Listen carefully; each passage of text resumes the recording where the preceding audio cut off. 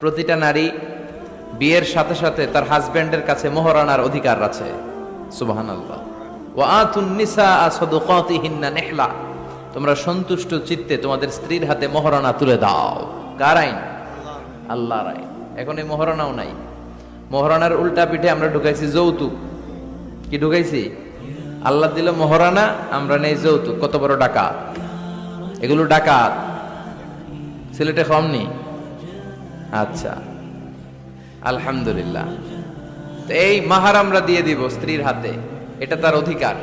অনেক স্বামী স্ত্রীদেরকে বঞ্চিত করে, ঠকায় আর মাফ চায়। কি করে? কত বড় ডাকাত! বাসর রাত হচ্ছে ভালোবাসার রাত, বেটা ভালোবাসা হবে খালি। ওই রাতে পাদের মাফ চাকে, মাফ করি দেওয়ারে। আহা, বুঝলো না ইসলামটারে, চিনলো না, শিখলো না। এজন্য মোহরানা দিতে হবে স্ত্রীকে। আল্লাহ বললেন নেহলা, সন্তুষ্ট চিত্তে দিবি। মনের মধ্যে